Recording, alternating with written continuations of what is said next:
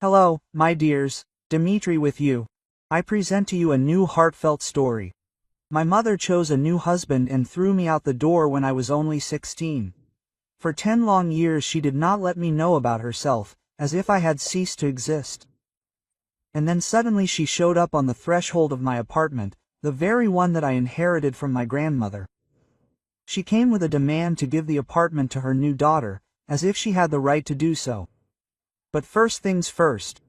The spring evening turned out to be unusually warm. Anna was sitting at the table in her room, preparing for tomorrow's test in algebra. Muffled voices and the clink of dishes could be heard from the kitchen. Mother Galina was animatedly discussing something with her latest suitor. The girl had long been accustomed to such visits, but today something was wrong.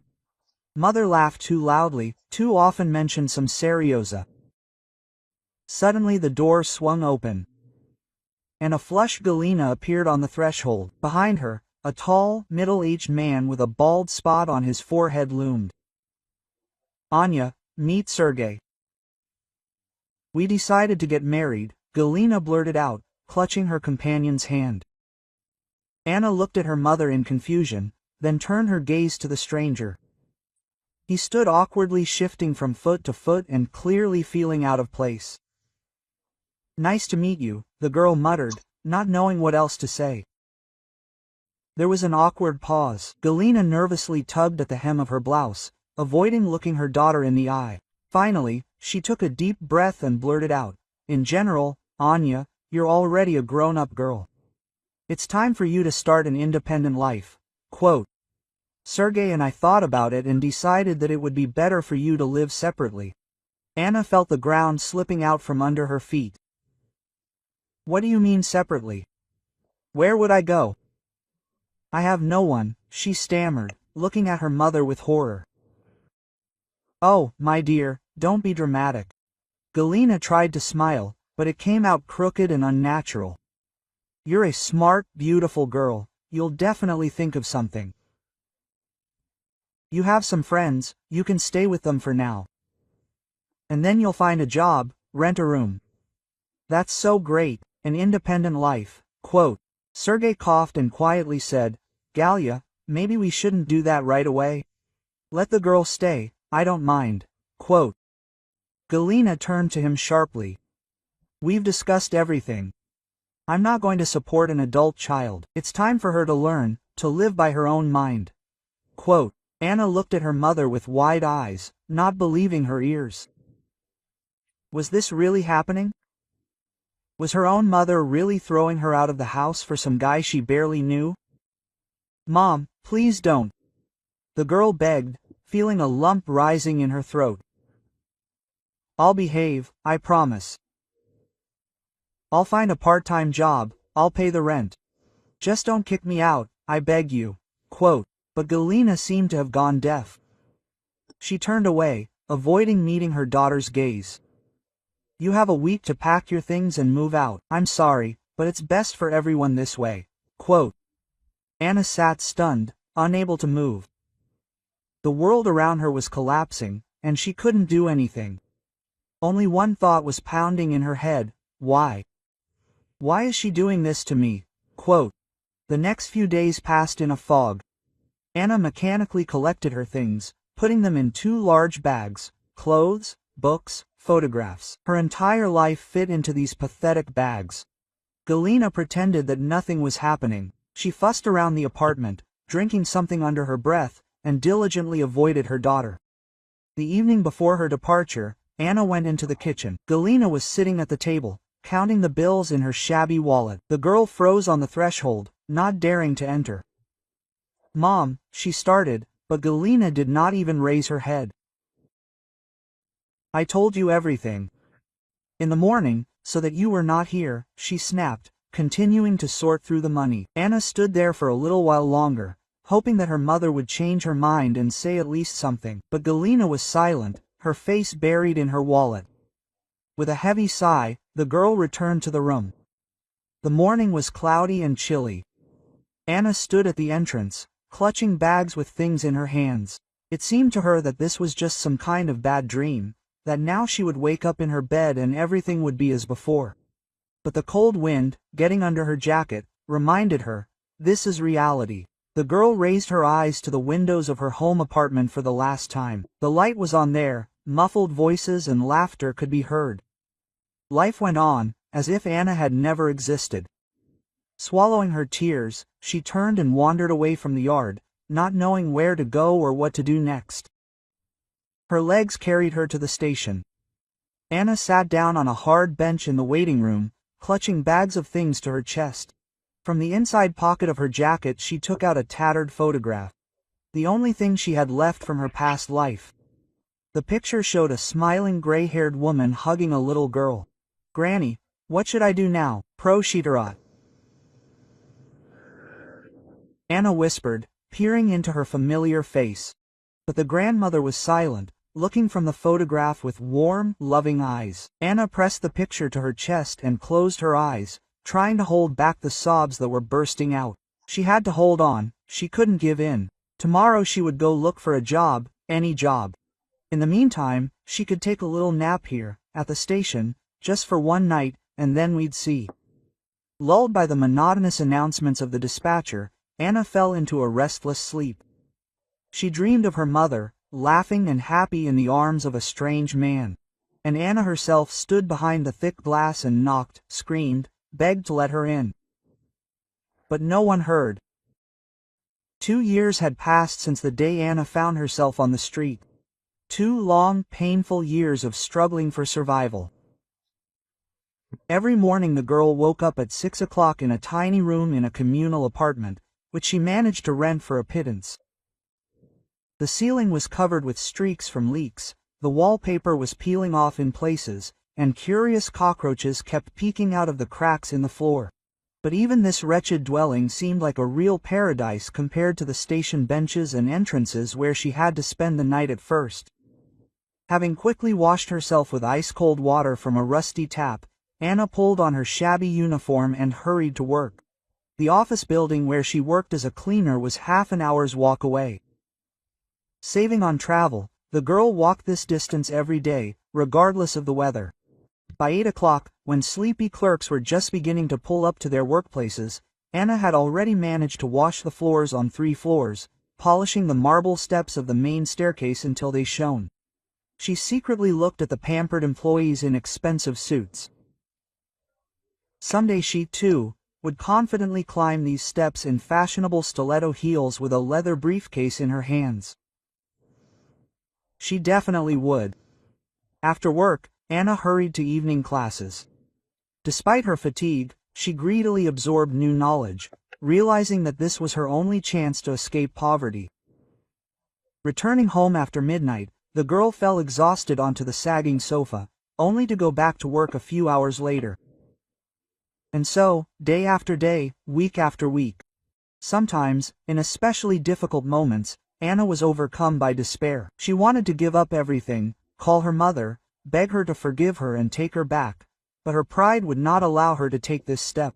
Besides, Galina had never tried to contact her daughter in these 2 years. Apparently, the new family had completely pushed Anna out of her life. The only thing that supported the girl in difficult times was an old photograph of her grandmother. Looking at the kind wrinkles around the eyes of her loved one, Anna drew strength to continue to fight. "I can handle it, Granny. Just believe in me," she whispered, clutching the photo of her chest. One such evening, when Anna was sitting over her textbooks, preparing for another exam, the phone rang. An unfamiliar male voice introduced himself as a notary and said that Anna urgently needed to come to the office to formalize the inheritance. What other inheritance? The girl was perplexed.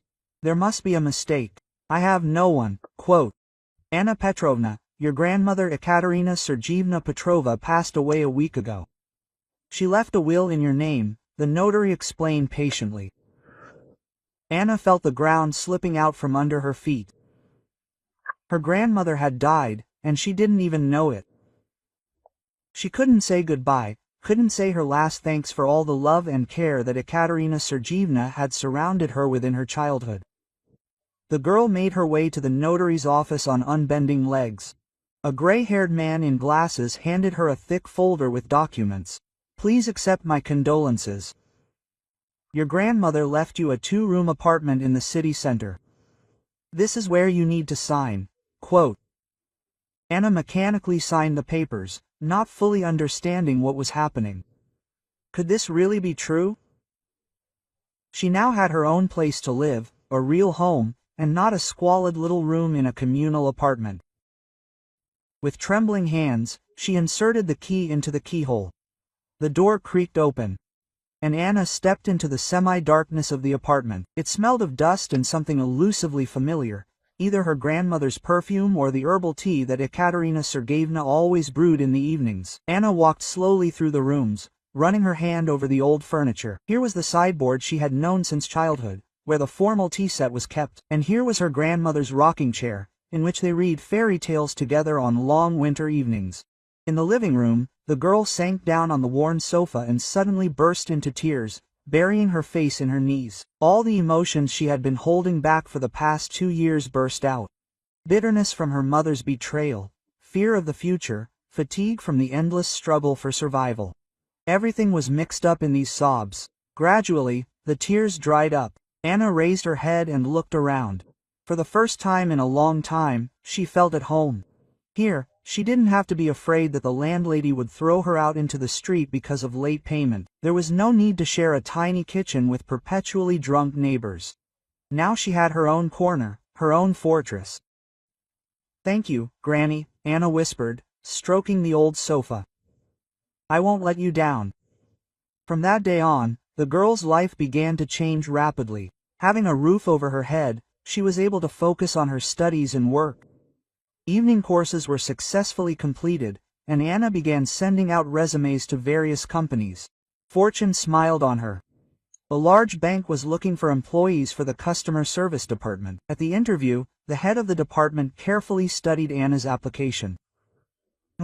Interesting. They worked as a cleaner and studied at the same time. Why did you decide to change your field of activity? Anna sighed deeply. You know, when you find yourself on the street, you don't have a choice. You take on any job, just to survive, but I always knew that it was temporary. Every day I learned something new, developed, and now I am ready to apply my knowledge and experience in a more serious matter.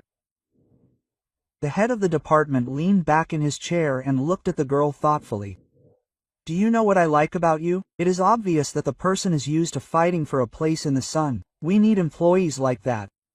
When can you start working? Anna could not believe her luck. Had she really succeeded? Was she really going to work in the office now, instead of scrubbing the floors there in the morning? The days flew by at an incredible speed. Anna dove headfirst into her new job, trying to justify the trust placed in her. She came to the office earlier than everyone else and left later. She studied specialized literature in the evenings, attended training courses to improve her qualifications. Gradually, life began to improve. Anna furnished her apartment, bought new clothes, even began to put small amounts of money into a savings account, but something still bothered her. Some kind of emptiness inside that neither career success nor material well-being could fill. On the day of her 26th birthday, Anna allowed herself to relax for the first time in a long time. She bought a bottle of good wine, ordered a pizza, and settled down on the windowsill with a glass in her hand, looking at the evening city.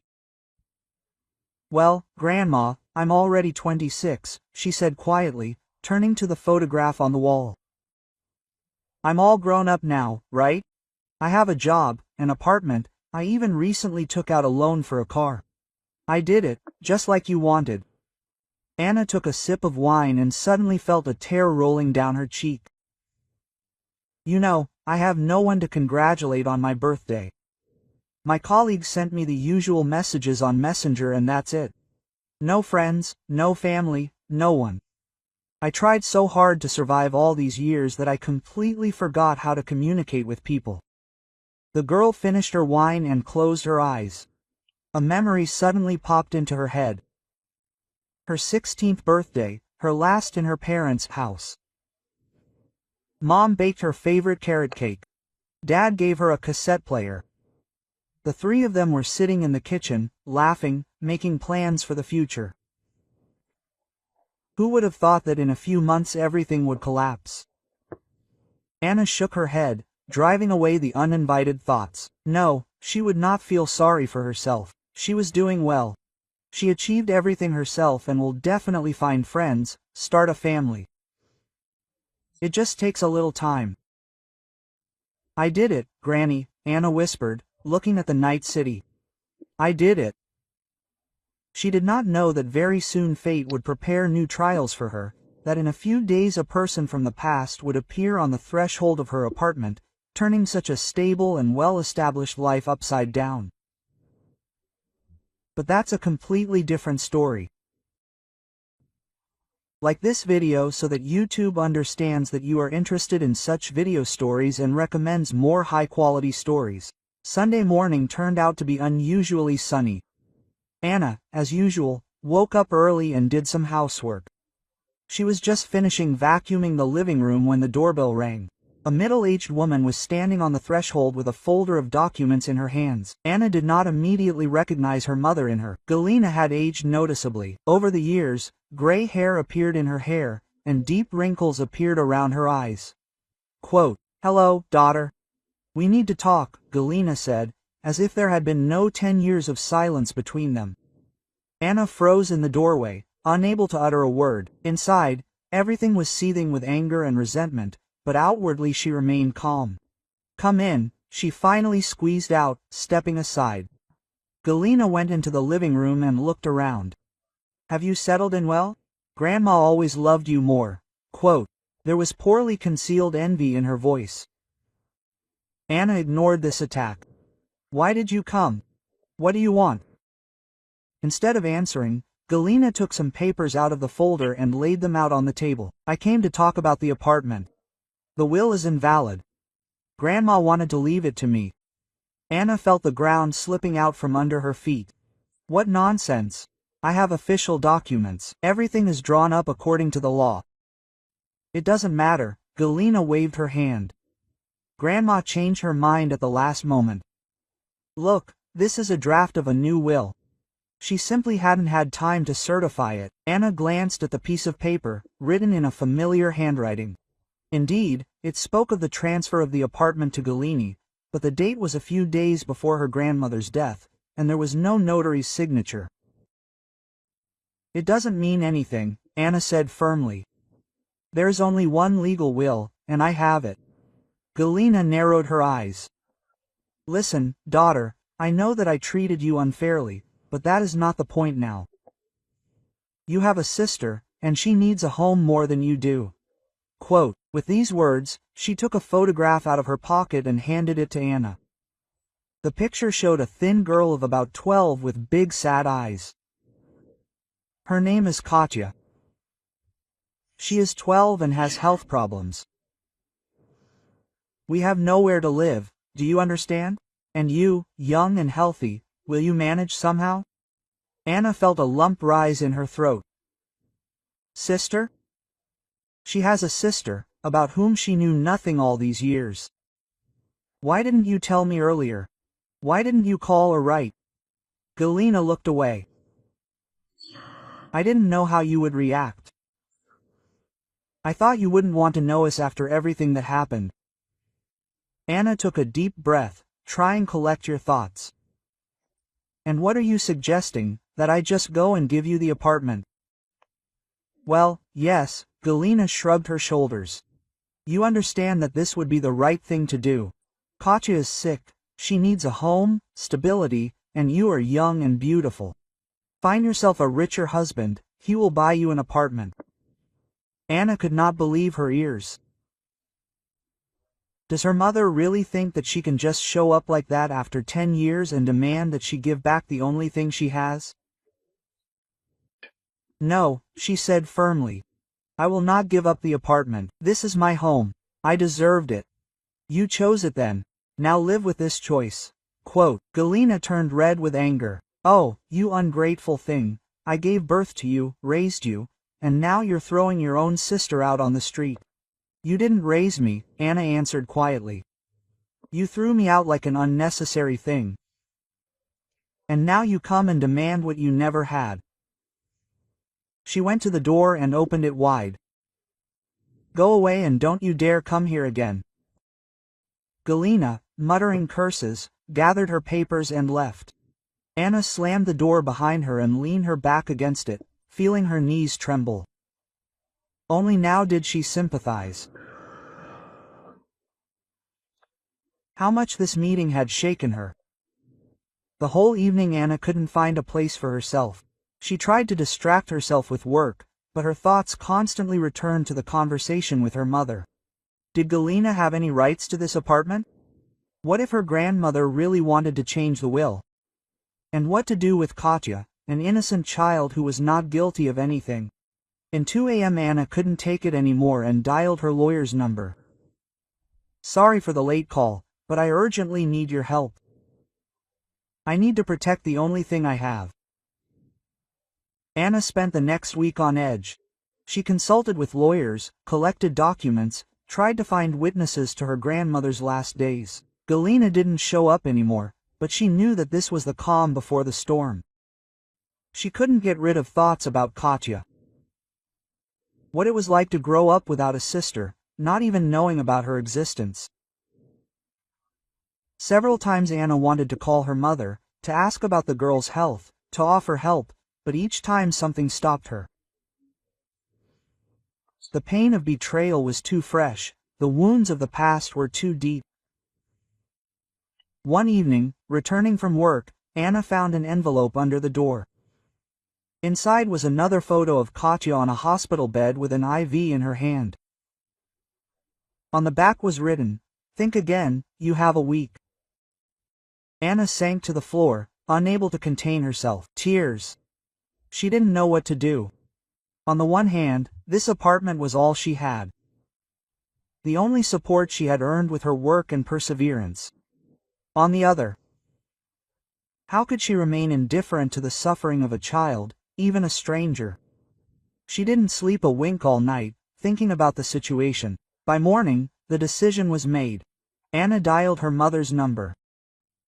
"We need to meet," she said as soon as Galina picked up the phone.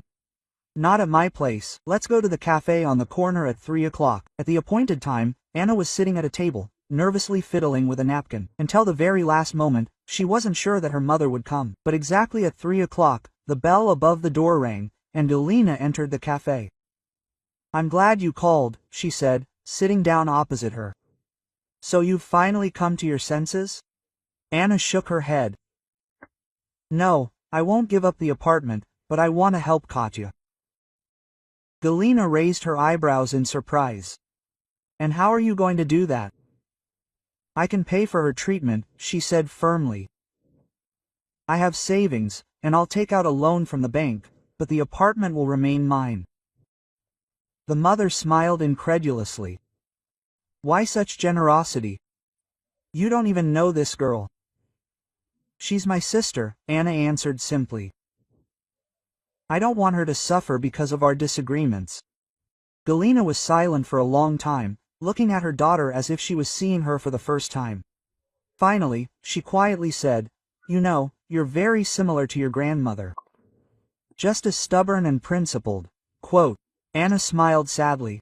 "I accepted from her not only the apartment, but also something more important, the ability to forgive." They talked for several more hours. Galina told her about Katya's illness, about her attempts to find money for treatment. Anna listened, barely holding back her tears. She understood that her mother had acted out of desperation, but she could not completely forgive her for the past offense.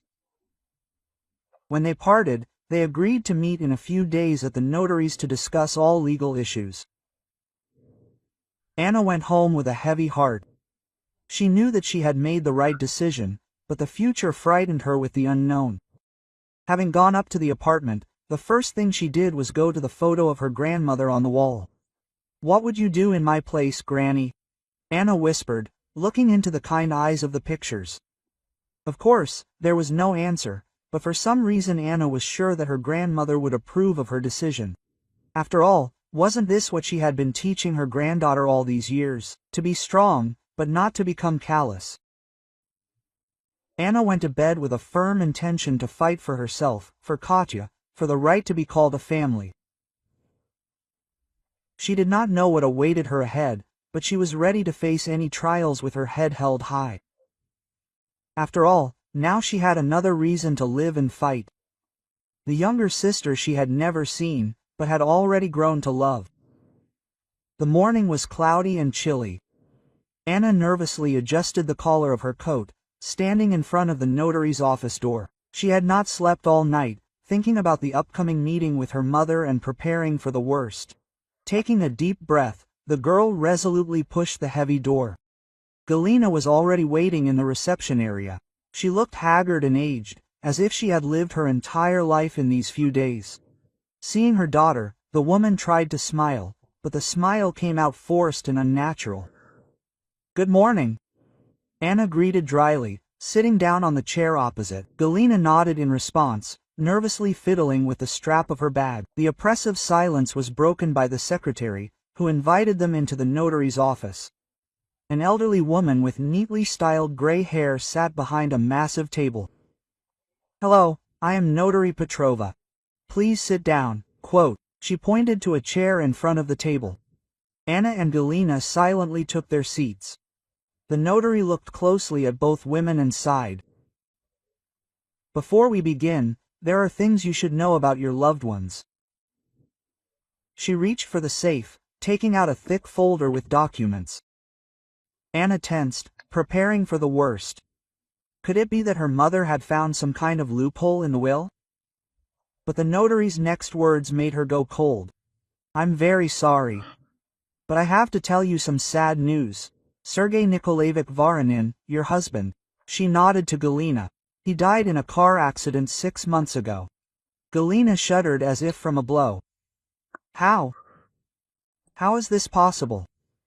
Why am I only finding out about this now?" The notary took a photograph from the folder and put it on the table. The picture captured a mangled car, the sight of which took Anna's breath away. "Death occurred instantly," Petrova added quietly, looking at the pale Galina. Anna couldn't believe her ears. Sergei was dead, the same man who had put her on the street 10 years ago. And her mother had kept quiet about it all this time. Why didn't you tell her? Anna turned to Galina, feeling anger boiling inside her. Why all this drama with the apartment? Galina covered her face with her hands, and her shoulders began to tremble slightly. I didn't know how to say it.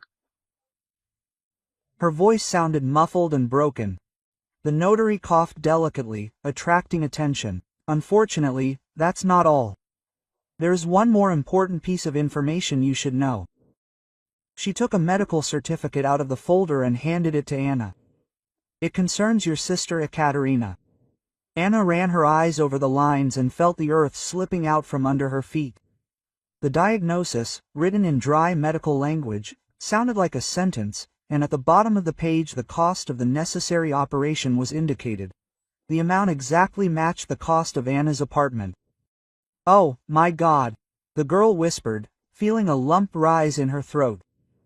Now it became clear to her why her mother had tried so desperately to get this apartment. Galina, seeing her daughter's reaction, burst into tears. "I didn't know what to do. After Sergei's death, I was left alone with a sick child, without work, without money. This apartment is the only chance to save Katya." Anna silently looked at her crying mother, not knowing what to say. All her ideas about the situation were crumbling before her eyes. She thought she was fighting for her rights, but in reality. "Why didn't you tell the truth right away?" Anna asked quietly. Why was it necessary to lie about the will, to threaten to sue? Galina raised her tear-stained face. "I was afraid. I thought you wouldn't want to help after everything that had happened. I decided that it would be easier this way. Just take the apartment and sell it."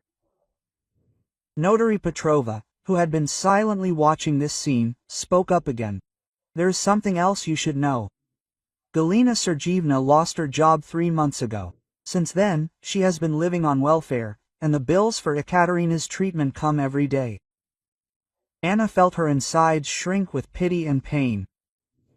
She remembered how she herself once found herself on the street, without money and support. Was she really going to condemn her little sister to the same fate? Quote, "What should we do now?" Galina asked helplessly, looking from her daughter to the notary. Petrova shook her head, quote, "I can't give advice in such a situation, but I hope that you will find a way to solve this problem as a family." Anna was silent, thinking about what she had heard. Just yesterday, everything seemed so simple and clear. She was defending her home from the encroachments of her mother who had betrayed her. And today, she learned that she had a sister who urgently needed help, and a mother who was left alone with a sick child, without a livelihood. Quote, "I need to think," Anna finally said, getting up from her chair. "I'll contact you later." Quote. She left the office on stiff legs, feeling the gaze of her mother and the notary. In the hallway, Anna leaned against the wall, trying to cope with the surging emotions. A few minutes later, the office door opened and Galina came out. Her eyes were red from tears, and there was some kind of doom in her movements. "Anya," she called quietly. "I understand that I have no right to ask you for anything, but I can't lose her too, do you understand?" "I can't." Anna looked at her mother, not recognizing in this broken woman the powerful Galina who had once thrown her out the door. Now in front of her stood simply a tired, exhausted mother, ready to do anything to save her child. "Give me time," Anna finally said. "I have to think it over." Galina nodded, wiping away her tears. "Thank you. Thank you for at least listening." They walked out of the notary's office building in silence. A light rain was falling outside, but neither woman seemed to notice it. Each was lost in her own thoughts. Quote, "I'll call," Anna said before getting into a taxi. Galina nodded, watching the car drive away. Anna couldn't get rid of heavy thoughts the whole way home. She remembered her 16th birthday, when she was left alone on the street. Cold, hunger, fear of the future. All of this came flooding back with renewed vigor. Would she really condemn her little sister to the same suffering? But on the other hand, this apartment was the only thing she had. Her support, her fortress, which she had earned through years of hard work. How could she just give it up like that? At home, the first thing Anna did was go to the photo of her grandmother on the wall. "What would you do in my place, Granny?" she whispered, peering into her familiar face, but the photo was silent, and she had to make the decision herself. Anna spent the whole evening sorting through documents and calculating her financial capabilities. Maybe she would be able to take out a loan or sell the car.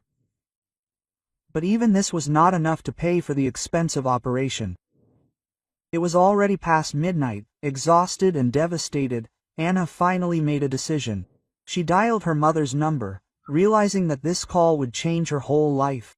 "Hello." Galina's sleepy voice sounded worried. "Anya, did something happen?" Anna took a deep breath. "No, nothing happened. I just agree to help, but I have conditions."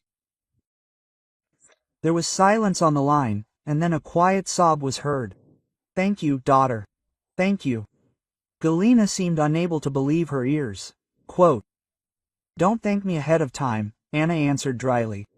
"Tomorrow at 10 o'clock in the morning we'll meet at my place. We'll discuss everything in detail." Hanging up, Anna went to the window. The night city flickered with lights, lived its own life, unaware of the drama that was unfolding behind the glass of an ordinary apartment. Anna did not know if she had made the right decision, but she knew one thing for sure. Never again would she leave a member of her family in trouble, even if it meant sacrificing everything, what she has. If you like this story, subscribe to the channel so you don't miss new videos. The hospital corridor greeted Anna with a sharp smell of medicine and quiet groans from behind the closed doors of the wards. She walked, tightly clutching a bouquet of bright flowers in her hand, bought at the kiosk at the entrance. Her heart was pounding somewhere in her throat. Her palms were sweaty with excitement. What would she say to this unfamiliar girl? How to explain why she appeared in her life only now? Near the right ward, she froze for a moment, gathering her courage. Taking a deep breath, she knocked softly and went inside. On a narrow hospital bed lay a thin girl with a pale, sunken face. Katya, her sister. Anna felt a lump rise in her throat. God, she was just a child. So small and defenseless among all these scary hospital devices. Quote, "Hello, Katya," Anna said quietly, coming closer. "I'm your sister." The girl slowly turned her head, and Anna barely held back a cry of surprise. These eyes were large, gray, slightly slanted, just like her own. As if she were looking at herself at 16, just as scared and lost. "Are you my sister?" Katya asked quietly, looking at the stranger with curiosity. "Mom said that I have no one." She extended her thin hand to Anya, and she shook it carefully, afraid of hurting her. "Yes, I am your older sister. I'm sorry I didn't come earlier." Anna sat down on the edge of the bed, not knowing what else to say. "Nothing," Katya smiled. "The main thing is that you came. Now it's you, me and Mom in line." Quote. Anna felt her eyes sting treacherously. She turned away, pretending to straighten the flowers in the vase. At that moment, Galina entered the room. Seeing her daughters together, she froze for a moment, and then quietly said, "Anya, can I see you?" "For a minute?" Quote. They went out into the hallway. Galina nervously fidgeted with the strap of her bag, not daring to look up. "I have to explain," she finally squeezed out. "I was afraid to tell the truth. I thought you would hate me even more if you found out about Katya." Quote. Anna was silent, not knowing what to answer. So many years of resentment and bitterness, so many unspoken words, and here they are again standing next to each other, so strange and at the same time so dear. "Why didn't you call when Sergei died?" Anna asked quietly. I would help." Galina smiled bitterly. "Would you help a woman who threw you out on the street?" "I didn't believe that you could forgive. I couldn't forgive myself all these years." They fell silent, each immersed in her own thoughts. The silence was broken by the doctor who came up. Quote, "You are relatives of Ekaterina Voronina?" he asked, looking at the chart. "I need to talk to you about the patient's condition." The next half hour passed in a fog. Anna listened to dry medical terms, barely understanding their meaning. But she got the main thing. Katya urgently needs an operation. Without it, there is practically no chance. The child has 2 weeks, no more, the doctor summed up. The operation cannot wait. You need to resolve the issue of payment as soon as possible. Anna looked at her mother. Galina stood with her head down low, and seemed to have aged a few more years in those minutes. Quote, "I'll think of something," Anna said quietly. "We can't lose her." Quote. In the evening, sitting in her apartment with the documents for sale, Anna tried to collect her thoughts. How did it happen, after all, that she could be left with nothing again? 10 years of struggle, 10 years of hard work. And now she is at a crossroads again. On the one hand, the apartment, her only support and protection from the outside world. On the other, the life of a little girl, her sister, whose existence she did not even suspect a week ago. Anna went to the window. The night city was shining with lights, living its usual life. Somewhere out there, in one of these glowing points, Katya was lying in a hospital ward, waiting and hoping. Anna's gaze fell on the photo of her grandmother on the wall. Quote, "What would you do, Granny?" she whispered. And suddenly she realized that her grandmother would not hesitate for a second. She would give her last to save the child. The decision came suddenly, as if someone whispered it in her ear. Anna rushed to the phone and dialed her boss at the bank. "Sorry for the late call, Viktor Sergeyevich. I have a very important conversation to talk to you about." The next few days passed in a fever. Anna rushed between the hospital, the bank, and the real estate agency. Galina did not leave Katya's side, anxiously awaiting news. Finally, all the formalities were settled. Anna entered the ward, where Katya was playing with a shabby teddy bear. Quote, "Hi, little sister," Anna smiled, sitting down on the edge of the bed. "How are you feeling?" Fine, the girl shrugged. And did you know, Coke, that bears don't really have tails? The nurse told me. Anna laughed, feeling a weight lift from her heart. If Katya is interested in such things, then not all is lost. Quote. Listen, do you want me to tell you a secret? Anna whispered conspiratorially. You will feel much better soon. You will get better and you will be able to go to the zoo and see the bears yourself. Katya's eyes lit up.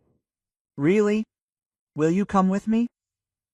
Of course, Anna nodded, swallowing the lump in her throat. I will definitely go. Galina was waiting for her in the hallway. It was clear from her mother's haggard face that she had not slept for several days. Well, is everything ready? She asked quietly, looking at her daughter with hope. Anna nodded. Yes, Katya is being prepared for surgery tomorrow morning. I agreed on the payment. Galina impulsively hugged her daughter. Thank you. I know what this cost you. Anna awkwardly patted her mother on the back. So many years of resentment and alienation, and now they were together again, united by a common misfortune and hope. Everything will be fine, Anna said, not fully believing her own words. We can handle it. Anna could not sleep that night. She was sitting in the kitchen of her now former apartment, unpacking her things. Tomorrow new tenants would move in, and she would have to return to her small rented room. But strangely enough, she felt neither regret nor fear of the future. For the first time in many years, Anna felt an amazing calm, as if everything had finally fallen into place. Her gaze fell on an old photograph, which she was going to pack last. From the worn picture, her grandmother was smiling, hugging little Anya. Quote, I did everything right, yes, Granny, Anna whispered, carefully stroking the photograph. And as if in response, the first rays of dawn shone outside the window, promising a new day and a new life.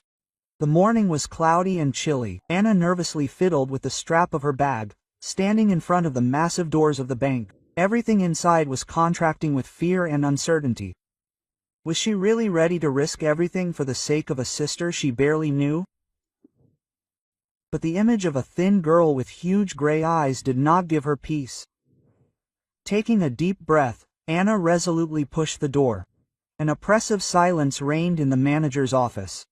Viktor Sergeyevich carefully studied the documents laid out on the table, occasionally frowning and shaking his head. Finally, he looked up at Anna. Do you understand the risk you're taking? If you can't repay the loan, you'll lose your apartment. Anna nodded, swallowing the lump in her throat. I understand, but I have no choice. This is the only chance to save Katya. The manager thoughtfully tapped his pen on the table. You know, Anna Petrovna, I've been watching your work for a long time. You are a goal-oriented person, used to getting your way. Quote, I believe you can handle it. He handed her the contract. Anna froze for a moment, looking at the neat lines of text.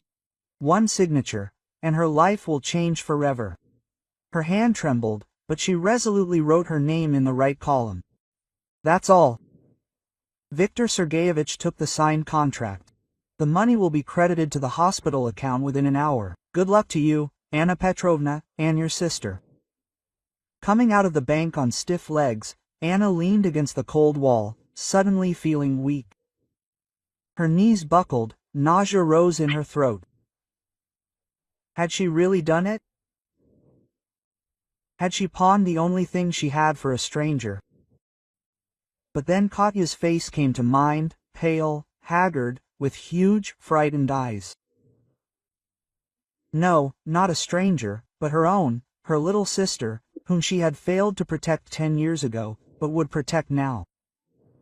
The next few days passed in a blur. Endless hospital corridors, conversations with doctors, anxious waiting at the operating room doors. Anna hardly slept, ate on the go, but did not leave Katya's side. Galina was also nearby, haggard, aged, with a dull look.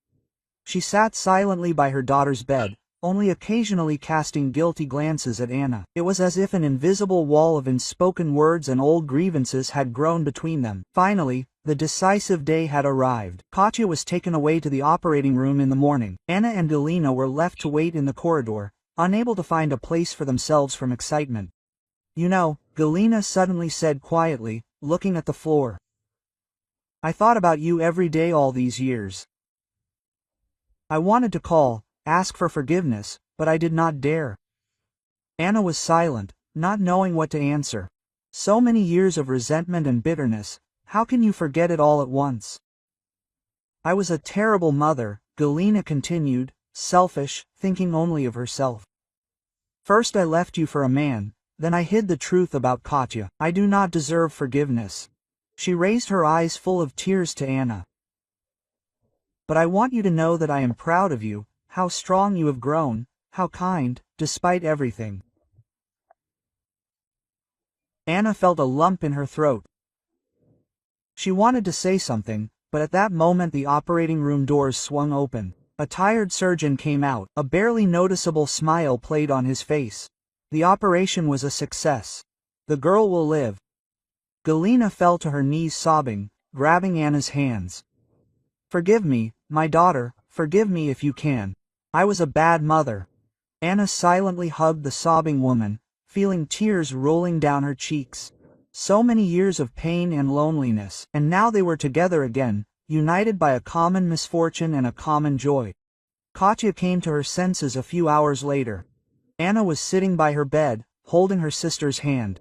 The girl slowly opened her eyes and smiled weakly. Quote, "Thank you, sister," she whispered. "And I knew you would come." Anna felt her heart squeeze with tenderness.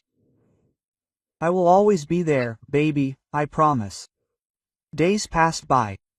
Katya was gradually getting better, becoming more cheerful and happy with each passing day. Anna spent all her free time in the hospital, reading books to her sister and telling her funny stories. Galina also tried to make up for lost time.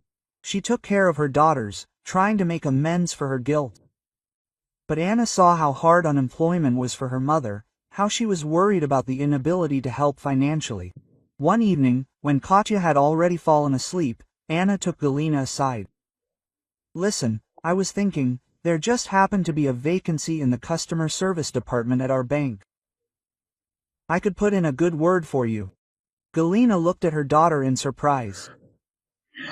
"Are you really ready to do this? After everything I've done?" Anna shrugged. "Katya needs to see a mother who is fighting, not giving in. Besides, we need to somehow pay off the loan for the apartment." The next day, Anna brought her mother to the bank. Galina was nervous, fiddling with the strap of her bag, but she held her own. After a short interview, she was accepted for a probationary period. Quote, "Thank you," Galina said quietly as they went outside. "I won't let you down, I promise." Anna nodded, feeling a strange relief. As if some heavy burden had finally fallen off her shoulders. Several months passed. Katya was discharged from the hospital. Life was gradually returning to normal. Anna continued to live in a rented room, saving every penny to pay off the loan. But, strangely enough, she did not feel unhappy. On the contrary, for the first time in many years, her life had meaning. One Saturday morning, the doorbell rang. Galina and Katya were standing on the threshold with a huge cake in their hands. Quote, "Happy housewarming," Katya exclaimed joyfully, handing her sister a bouquet of flowers. Anna looked around at her tiny room in confusion. "What a housewarming, I've been living here for 6 months already." Quote, Galina smiled mysteriously. "We didn't come here. Get ready, let's go home." Quote, "Home?" Anna didn't understand. "To our apartment," Katya explained. "Mom bought it back." Can you imagine, she had been saving money from her new job all this time? Anna looked in shock from her beaming sister to her embarrassedly smiling mother. "But how? I thought we would be paying off the loan for a long time." Galina shrugged. "Well, you know, when there is an incentive, a person can move mountains." I just realized that I have to give you back the house that you lost because of me twice. They were riding in a taxi, and Anna still could not believe what was happening. Could this really have happened? Was she really coming home? Opening the door to the apartment, Anna froze on the threshold. Everything was exactly as she remembered. Old furniture, familiar wallpaper. Even the smell was the same. On the wall hung the same photograph of her grandmother, which Anna took with her on that terrible night 10 years ago. So, shall we celebrate? Katya asked cheerfully, running into the room with a cake. Galina started bustling about in the kitchen, rattling dishes. I'll put the kettle on now. Anechka, you'll help set the table. And suddenly Anna realized, here it is, the very feeling that she had been lacking all these years. The feeling of home, family, belonging. Her eyes stung from uninvited tears. Hey, what's wrong? Katya asked worriedly as she approached. Anna shook her head, smiling through her tears. It's okay, little sister, I'm just finally home. The three of them were sitting at the table. Anna, Galina and Katya. They were drinking tea, laughing, making plans for the future. And their smiling grandmother was looking at them from the wall, as if blessing the reunited family. Anna caught herself thinking that for the first time in a long time she felt truly happy. Yes, the path to this happiness was long and thorny, but it was worth it, because now she has the most important thing, a loving family and a home where she is always welcome.